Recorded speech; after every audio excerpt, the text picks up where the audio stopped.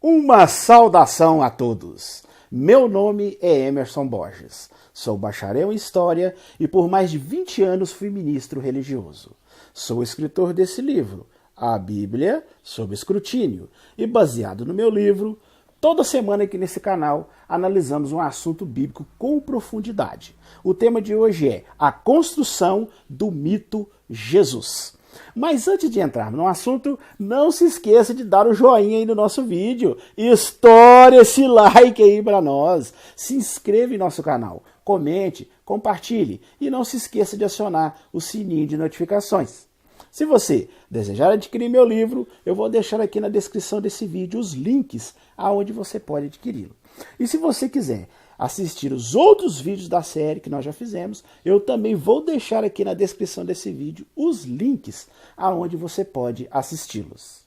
As pessoas em geral, quando querem saber sobre a vida de Jesus, de certa forma ficam limitadas a usar os 4 evangelhos que estão na Bíblia.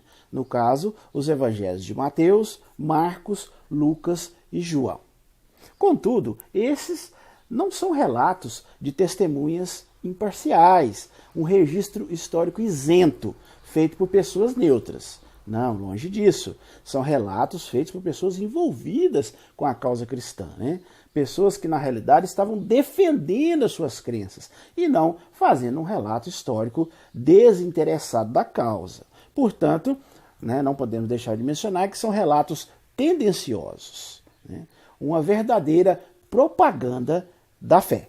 Além disso, são livros escritos décadas depois dos acontecimentos por escritores que apenas ouviram as histórias de Jesus, pela tradição oral. Histórias que foram, com certeza, alteradas, aumentadas ou até mesmo inventadas com o passar do tempo. Há muitas contradições nessas histórias, e os próprios escritores dos evangelhos fizeram muitas mudanças. E hoje nós vamos analisar algumas dessas mudanças e vamos analisar nesses 4 evangelhos que estão nas Bíblias atuais, que mesmo nesses evangelhos, que como já disse em outros vídeos, são uma pequena amostra da quantidade de relatos que existiam nos primeiros 300 anos do cristianismo, mesmo nesses evangelhos que foram filtrados, escolhidos a dedo, foram passados por uma peneira teológica, mesmo assim nós vamos notar aqui nessa consideração a construção do mito Jesus.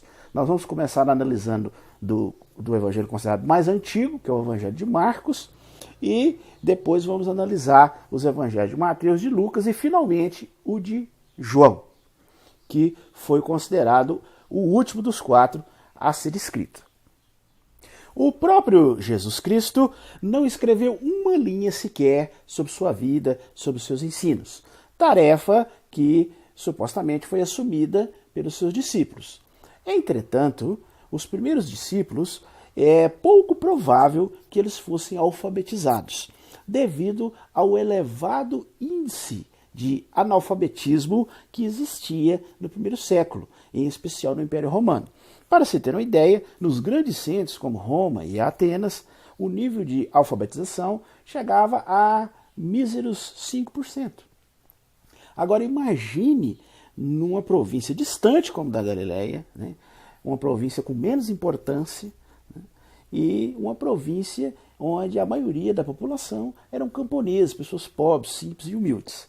Então, logicamente, os discípulos de Jesus eram pessoas que tinham pouquíssima instrução. A própria Bíblia, ela reconhece isso nesses evangelhos que temos hoje, nas Bíblias atuais. A Bíblia, em diversos relatos, ela menciona que os apóstolos eram pessoas simples, comuns, eram pessoas indoutas, pessoas que não tinham instrução e nem estudo. Então, dificilmente um discípulo de Jesus, aqueles pescadores lá da Galileia, dificilmente teriam condições de escrever em grego. Como eram judeus da Galileia, como o próprio Jesus, eles falavam a língua aramaica, porque ali na região, na época, era o aramaico. Portanto, é pouco provável que os primeiros discípulos de Jesus tivessem algum conhecimento do grego. Se tivesse, seria um conhecimento extremamente grosseiro, visto que eles passavam a maior parte de sua vida conversando também com outros camponeses analfabetos, falantes de aramaico, trabalhando ali diariamente com essas pessoas. Então, os discípulos de Jesus não poderiam ser os escritores dos evangelhos, porque os evangelhos foram escritos em grego, né? E, obviamente, por cristãos que tinham uma certa educação e eram capazes não só de falar, mas também de escrever em grego, porque é uma grande diferença entre falar uma língua e conseguir escrever, e ainda mais escrever de maneira correta, né, de maneira coerente. Na época, muitas pessoas, às vezes, até falavam, né, o grego, mas escrever já era um privilégio para pouquíssimas pessoas. Pessoas da alta nobreza, os escribas, né, pessoas ali mais ricas. Né. Os pobres, dificilmente nós encontraríamos pessoas ali que tinham condições de falar o grego. E ainda mais escrever. Né.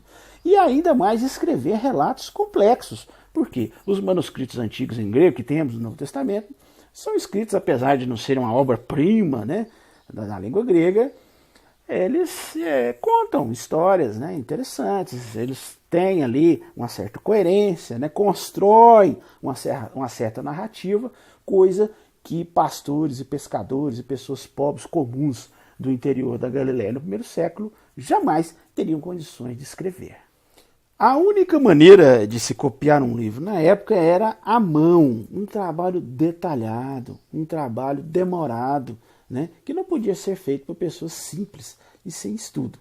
Tinha que ser feito por escribas profissionais.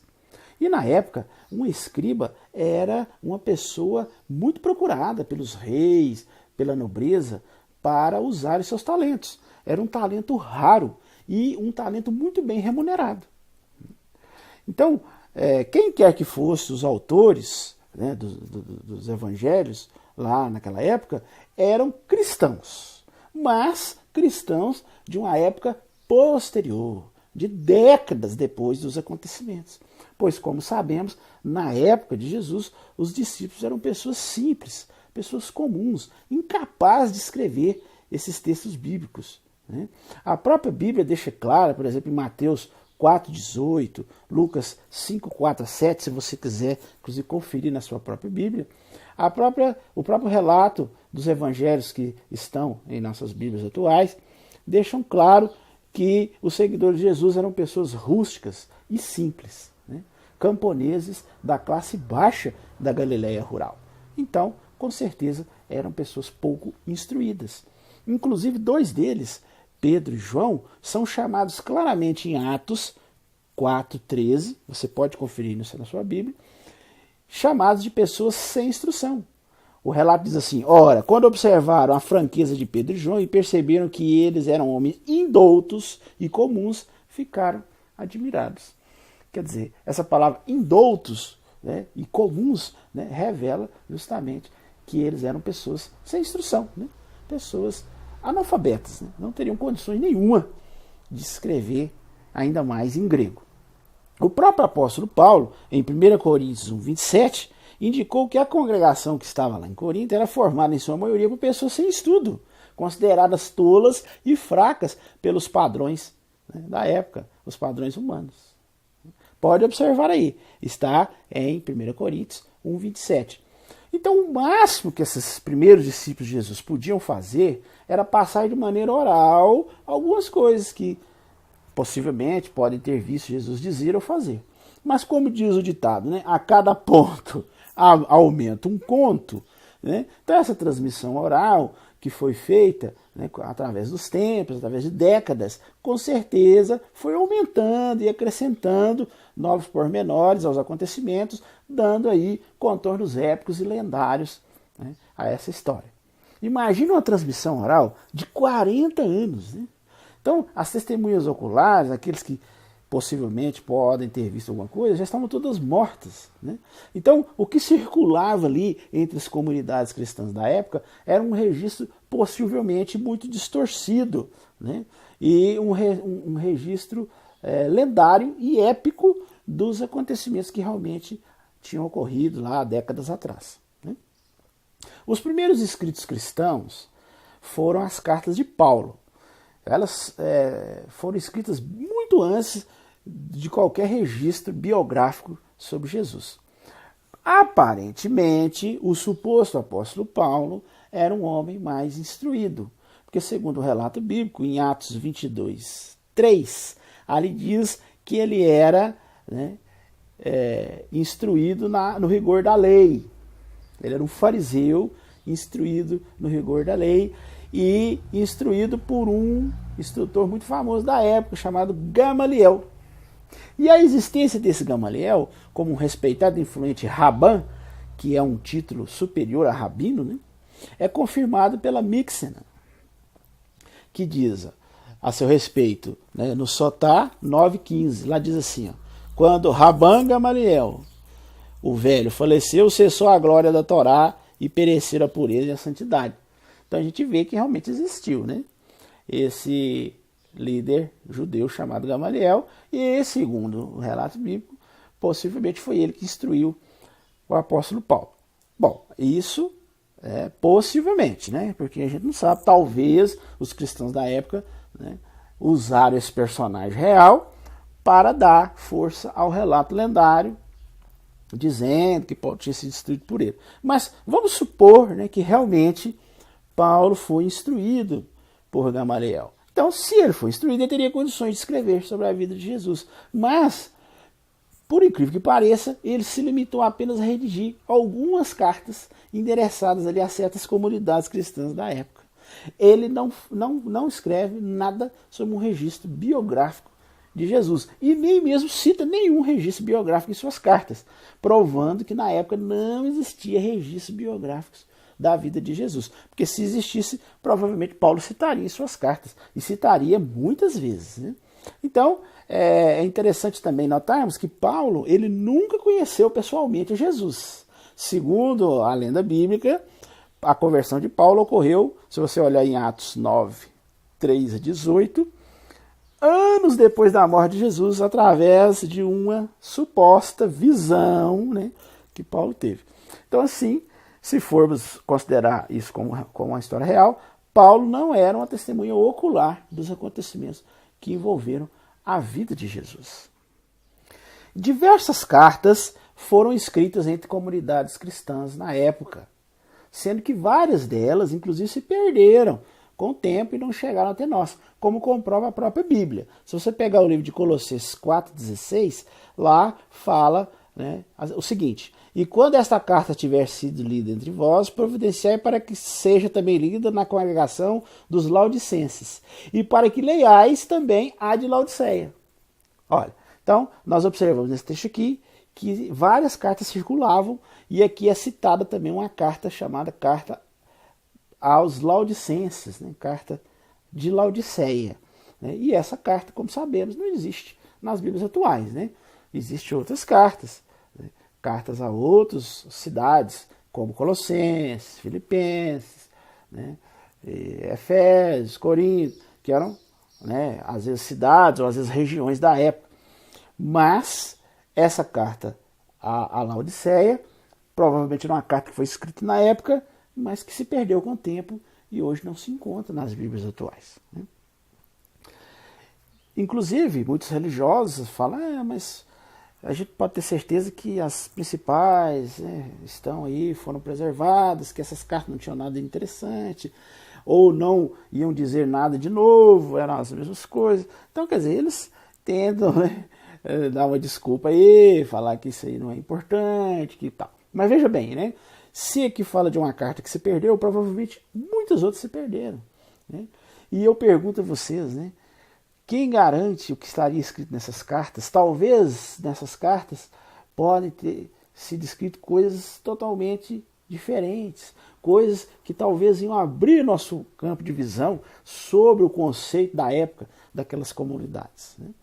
Mas, como eu já disse até em vídeos anteriores, grande parte dos escritos dos cristãos do primeiro século, do primeiro, segundo, terceiro século, dos primeiros 300 anos, né, dos cristãos, se perderam, né? Então a gente tem assim sempre uma pequena amostra, né? É só a ponta do iceberg e uma pequena amostra que foi, né, meticulosamente escolhido, selecionado, filtrado, purificado, modificado, né? Então realmente isso deixa muito nublado a visão, né, da época.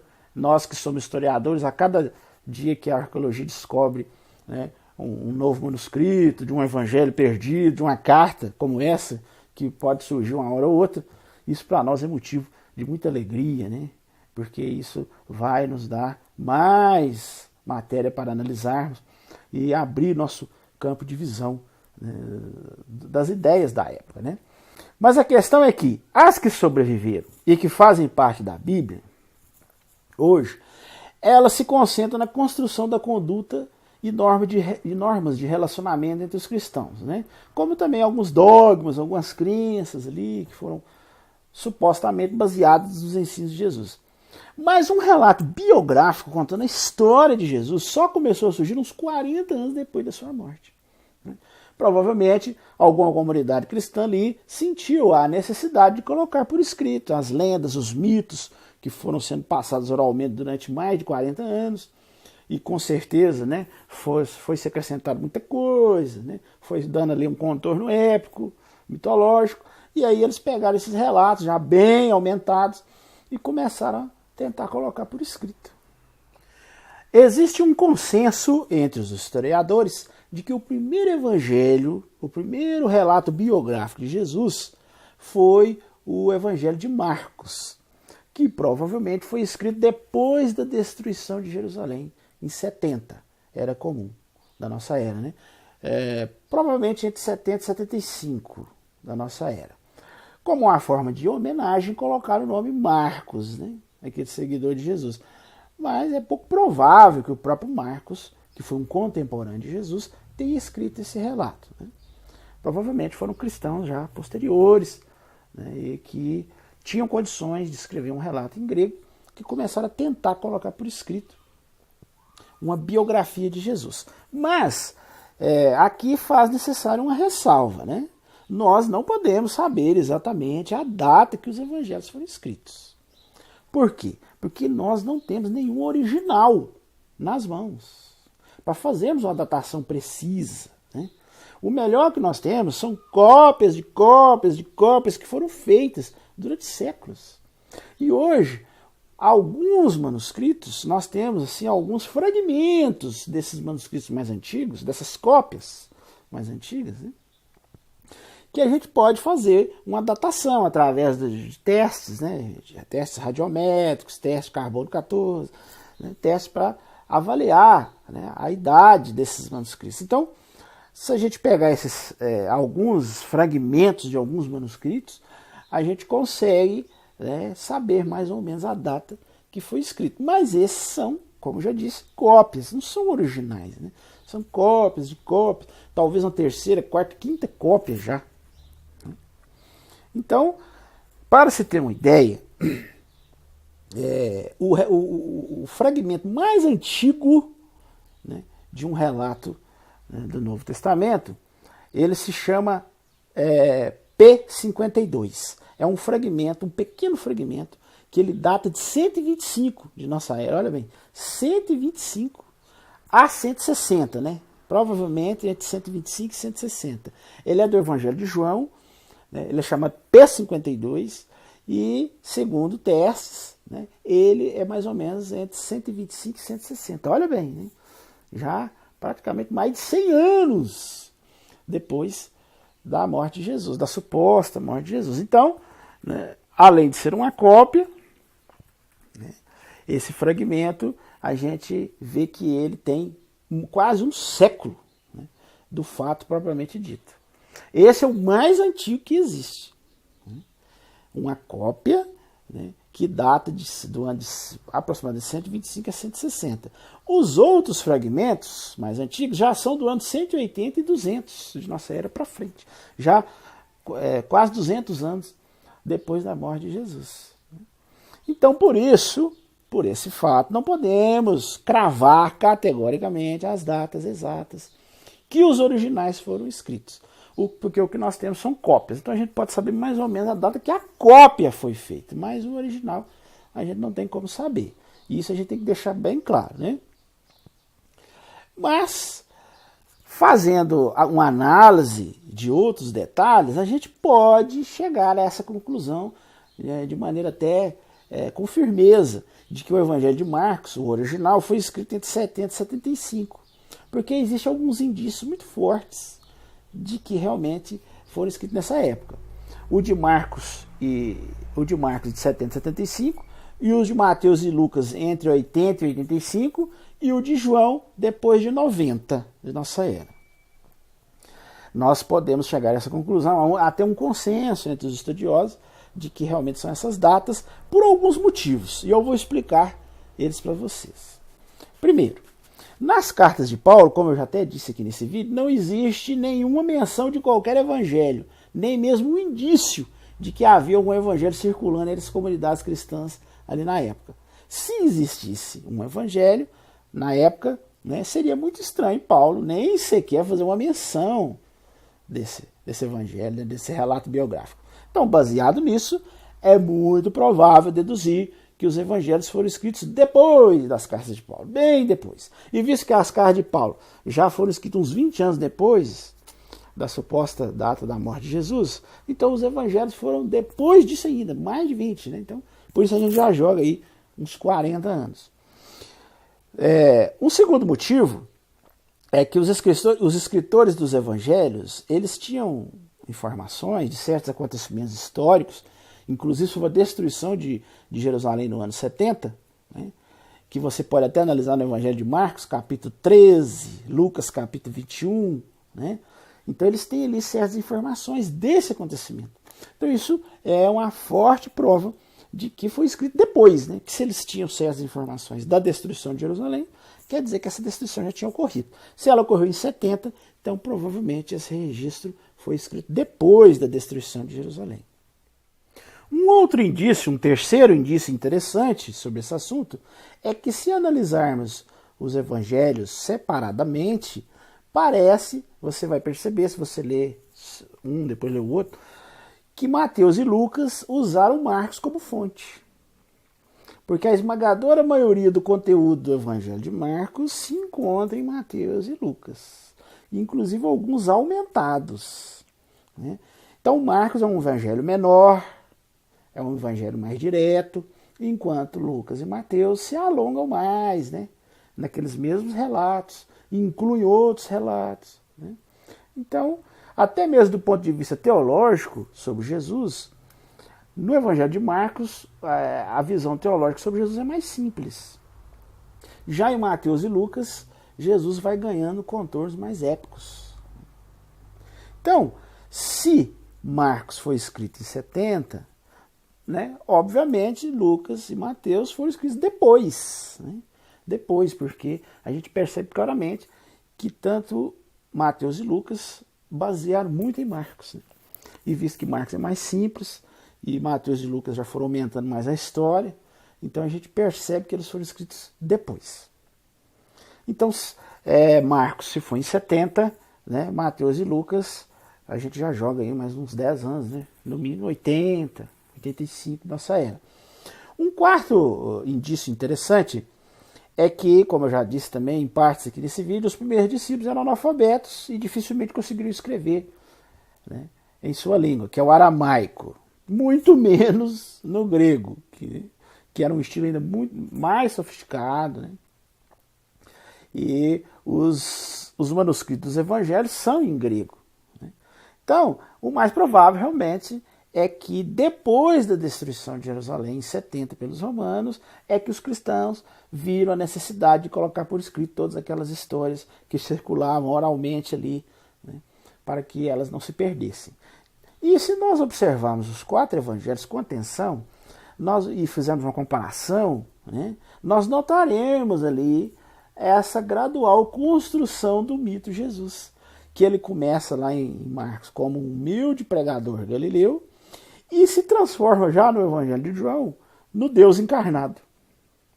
Nós vamos perceber esta construção. Nós vamos fazer uma análise aqui de alguns pontos desses 4 evangelhos e você vai percebendo. Você vai analisar na sua própria Bíblia, você vai perceber a gradual construção, que começa em Marcos com Jesus mais simples, em Mateus e Lucas ele vai ficando mais sofisticado, até que em João ele recebe o status de Deus encarnado. Se você observar o Evangelho de Marcos, você vai notar várias coisas interessantes nele. Primeiro, que ele é menor e o mais simples dos 4 evangelhos. Você pode ler todos separadamente, você vai perceber isso. Ele já começa no batismo de Jesus, né? E deixa de relatar todos aqueles acontecimentos que nos outros evangelhos aconteceram antes do batismo de Jesus. Por exemplo, o nascimento milagroso, Jesus nasceu de uma virgem, o infanticídio, que o Herodes mandou matar as criancinhas e tudo. Então isso aí não existe no relato de Marcos. Além disso, no relato de Marcos, não há aquele esforço, né, para tentar harmonizar tudo que acontece com Jesus com escritos do Velho Testamento, das Escrituras Hebraicas, profecias das Escrituras Hebraicas. Porque em Mateus e Lucas, a gente nota um esforço enorme, uma ênfase muito grande em tentar, né, adaptar as profecias do Velho Testamento às coisas que acontecem na vida de Jesus. Mas em Marcos, a gente já nota que não há essa ênfase. Tirando ali uma única tentativa de adaptar uma profecia do Velho Testamento que se encontra no início do Evangelho, né, que é uma combinação de Isaías 43 com Malaquias 3:1, mas que é também um trecho que se refere a João Batista, né, que não tem nada a ver com Jesus, se refere a João. Tirando essa parte, né, a gente nota que não há essa ênfase em tentar adaptar as profecias do Velho Testamento a Jesus. Além disso, no Evangelho de Marcos, os milagres eles não são tão complexos como são relatados, por exemplo, no Evangelho de João, que foi escrito bem depois, né? No Evangelho de João, por exemplo, Jesus chega a ressuscitar um homem que estava morto há 4 dias. Né? Você vê que é uma coisa bem difícil de se conceber, né? Uma pessoa já morta há 4 dias. Então, e muitos outros milagres são relatados em João, e alguns até em Mateus e em Lucas, a gente percebe que os milagres são mais elaborados. Então a gente já começa a perceber a construção desse mito. Nos primeiros relatos biográficos, os milagres mais simples, né? Que, por exemplo, em Marcos, né? Milagres mais simples, Mateus e Lucas eles vão criando uma sofisticação maior, até que chega em João e já toma aquele conceito, né, todo espetacular, né? Milagres impressionantes, né? Milagres que causavam ali, deixavam as multidões atônitas, né? Com a complexidade dos milagres. Né? Então a gente percebe isso. Leia aí Marcos, depois leia Mateus e Lucas e depois leia João e perceba a diferença dos milagres. A complexidade como é muito maior em João. Você nota isso. Né? Outra coisa que você nota também, que no Evangelho de Marcos, como eu já disse, Jesus não foi concebido pelo Espírito Santo, porque não há nem relato sobre isso, dele nascer de virgem e tal. Jesus já chega no batismo. Então, deixa bem claro em Marcos 1:10, né, que ali no batismo é que Jesus é escolhido. Então, Jesus é um homem comum e que Deus resolve escolher ele ali no batismo. Fala assim, este é meu filho, o amado é quem tem aprovado. Então, daquele tempo em diante, é que Jesus começa a realizar milagres e fazer todas as obras espetaculares. Né? Então, Jesus, ele simplesmente é um profeta que foi escolhido por Deus ali no batismo e a partir dali ele começa a fazer as suas obras poderosas. No Evangelho de Marcos, Jesus não fala muito de si mesmo. Né? Você percebe da narrativa que ele fala principalmente sobre Deus, sobre o reino que estava se aproximando, sobre a necessidade das pessoas de se preparar para esse acontecimento. Né?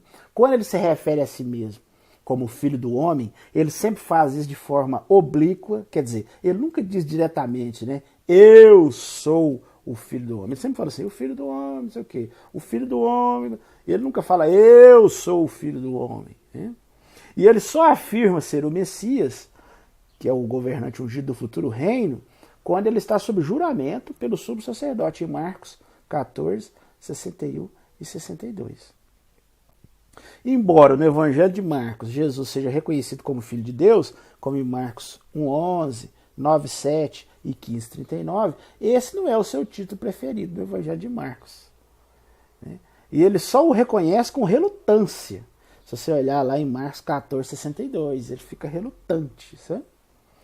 Ele nunca se refere a si mesmo como um ser divino que existia anteriormente e que era igual a Deus. Né? Não, longe disso.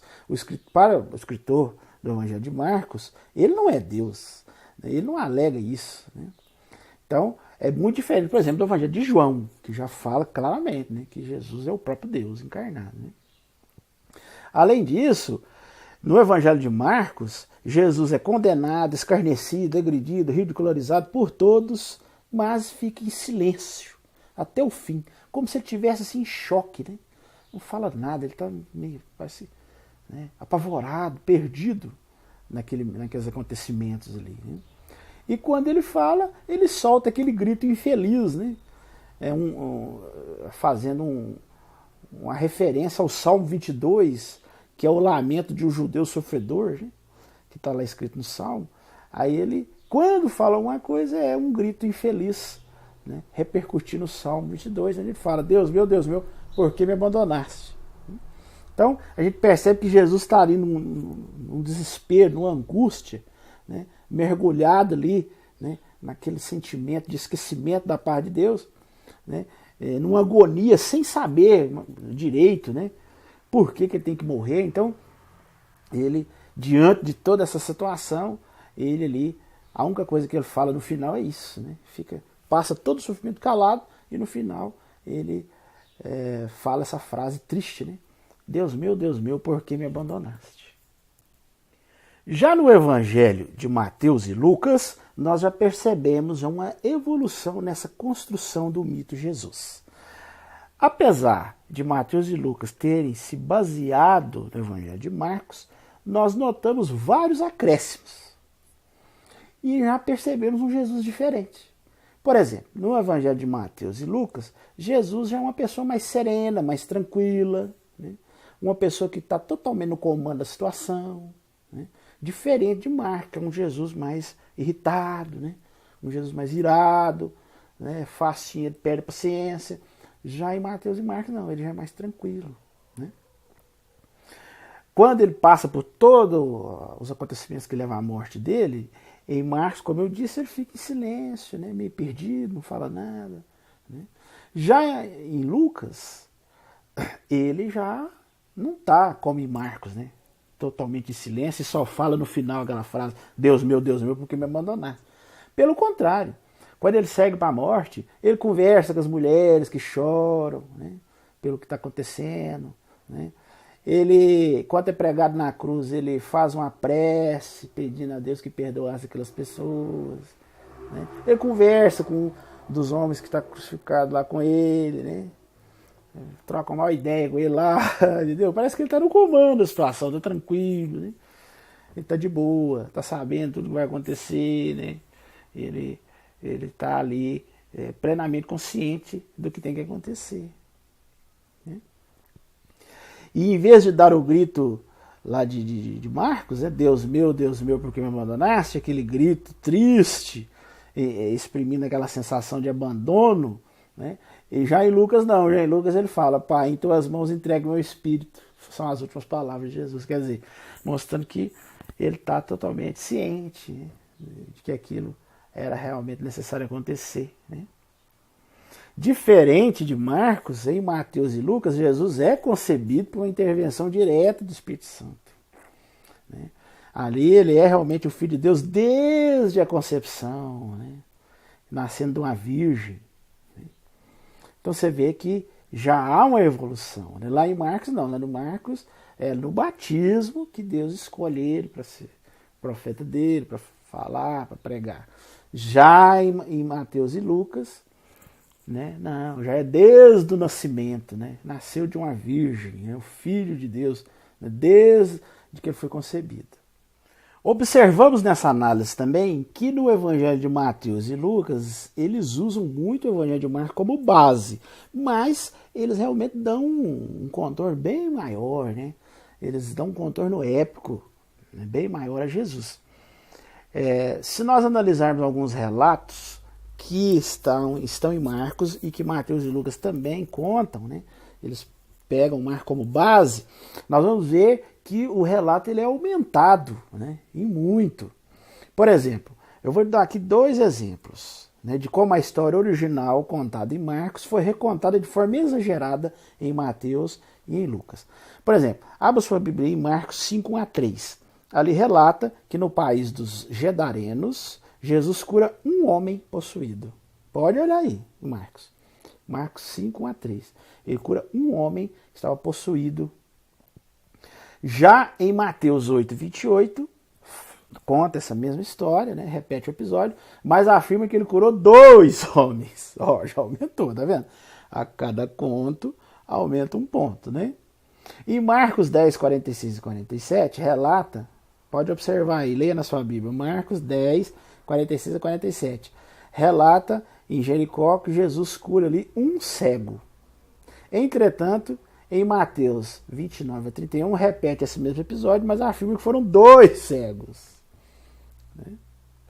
Então a gente já percebe aí, né, que, visto que Marcos foi escrito primeiro, né, e visto que Mateus e Lucas usaram Marcos como fonte, ao contar a história novamente, já foi ganhando contornos épicos, já foi aumentando a história, né, para dar assim, né, mais aquela aparência, né, de uma coisa mais grandiosa, né? Então, nos próprios evangelhos que temos aí, né, nas nossas Bíblias, nós percebemos, né, essa construção do mito Jesus, né? Como eu já disse, né, no Evangelho de Marcos, Jesus não nasce de virgem, né? Ele foi escolhido no batismo, é um homem comum que foi escolhido por Deus e fez algumas obras poderosas ali. Já no Evangelho de Mateus e Lucas, não. Aí ele já nasce, né, através do Espírito Santo, de uma virgem, de uma forma milagrosa, né? Os milagres eles já são maiores, né? Eles já fazem um esforço enorme para fazer com que as profecias do Velho Testamento se cumpram em Jesus, coisa que em Marcos a gente não vê, né? Como eu já disse também, nos acontecimentos da morte, Jesus está ali, não fala nada, fica perplexo, né, sem saber o que está acontecendo. Já em Mateus e Lucas ele está tranquilo, conversa com todo mundo, troca ideia, né? Então a gente já vai percebendo essa construção, né, que já vai sendo feita, né, do Evangelho de Marcos, né, de um simples homem comum que foi escolhido para ser profeta e fez obras poderosas em nome de Deus. Para Mateus e Marcos já é o próprio Filho de Deus desde que foi concebido, né, através até de um milagre, né, através de uma virgem. Os milagres são maiores, mais espetaculares. Então, tudo isso aí, né, nos mostra, a gente vai percebendo essa construção do mito Jesus. Agora, o Evangelho de João, que é o último, né, dos 4 a ser escrito, provavelmente por volta do ano 90, né, você já vê que já passaram-se décadas, né, do Evangelho de Marcos, né, da data que o Evangelho de Marcos foi escrito, que provavelmente o Evangelho de Marcos foi escrito depois do ano 70, entre 70 e 75. Mateus e Lucas, 80 e 85. João já é lá para 95, 90, 95, talvez até 100 de nossa era. Então, ali a gente já percebe uma mudança maior ainda. O Evangelho de João, que provavelmente foi escrito uns 70, 80 anos após a morte de Jesus, ele primeiro não se preocupa com genealogias, igual nos outros evangelhos. Não diz que Jesus era o Filho de Deus ou que foi concebido pelo Espírito Santo. Não há referência nenhuma sobre isso, de nascimento de Jesus em Belém, menção da mãe dele ser virgem, das tentações no deserto, não fala nada, não prega sobre a vinda do reino, não fala nada sobre isso. Ele não conta uma parábola ou expulsa um demônio, não há registro de transfiguração, nem da ceia do Senhor, né? Jesus não passa por uma espécie de julgamento oficial perante o conselho judaico, não existe uma tentativa de encaixá-lo nas profecias do Velho Testamento, como fizeram Marcos e Lucas, né? O último evangelho é totalmente diferente e ele vai muito além, né? João apresenta Jesus, um Jesus místico, né? Um sobre-humano, a própria encarnação de Deus na Terra, a origem dele remontando à origem do universo. Se você olhar as primeiras palavras do Evangelho de João, você nota isso, né? No princípio era o Verbo, e o Verbo estava com Deus, e o Verbo era Deus. Ele se fez carne e residiu entre nós, vimos a sua glória. Olha para você ver a mudança, né? Os milagres tomaram proporções nunca antes vistas, né? Jesus ressuscita Lázaro que estava morto há 4 dias. Né? Jesus não prega sobre um futuro reino, a ênfase dele em sua própria identidade, né? Porque ele sempre fica falando, né? Eu sou, né? Eu sou isso, eu sou aquilo, né? Eu sou aquele que pode garantir a vida. Eu sou o pão da vida. João 6,35. Eu sou aquele que traz esclarecimento. Eu sou a luz do mundo, né? João 9,5. É o único caminho, né? Eu sou o caminho, a verdade e a vida. João 14,6. É o único meio de salvação, né? Que ele fala, quem crê no Filho tem vida eterna, João 3,16. Ele é igual a Deus, né? Pois ele diz em João 10,30, né? Que eu e o Pai somos um. E os judeus entenderam muito bem, né, o que ele estava dizendo, porque imediatamente cataram as pedras para querer tacar nele, falando que era blasfêmia. Né? Ele chega até a tomar para si o nome de Deus, né, o nome que Deus usa, a expressão que Deus usa nas escrituras hebraicas, né, que é eu sou, em João 8,58. E ele ali não é simplesmente uma alegação de que ele era mais antigo que Abraão, que era considerado o pai dos judeus. Não, vai mais do que isso. Ele faz uma referência a Êxodo 3,14. Quando Moisés pergunta qual é o nome de Deus, aí Deus responde, eu sou. Eu sou. Então veja, então ele está, né, se identificando claramente como o próprio Deus. Então se a gente comparar com a simplicidade do Evangelho de Marcos, e depois, apesar do Evangelho de Mateus e Lucas, né, desenvolver um pouco mais essa questão da construção do mito de Jesus, no Evangelho de João, aí chega no ápice, né? A gente percebe ali uma teologia avançadíssima.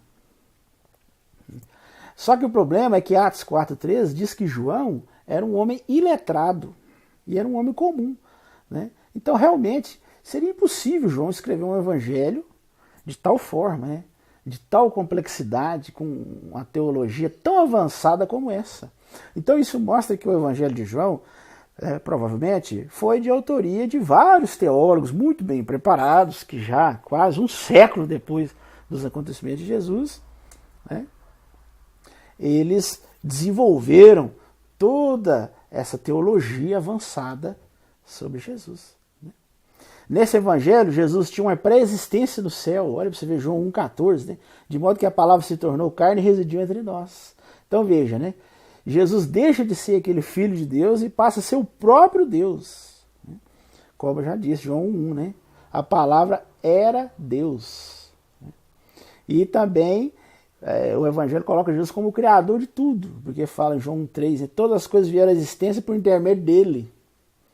Né? Então aí a gente percebe no Evangelho de João que Jesus é colocado no pedestal mais alto que possa existir. Né? Lá em Marcos, ele é um profeta, um homem comum, que no batismo foi escolhido por Deus para pregar sua mensagem. Deus deu a ele um poder para ele fazer certas obras poderosas.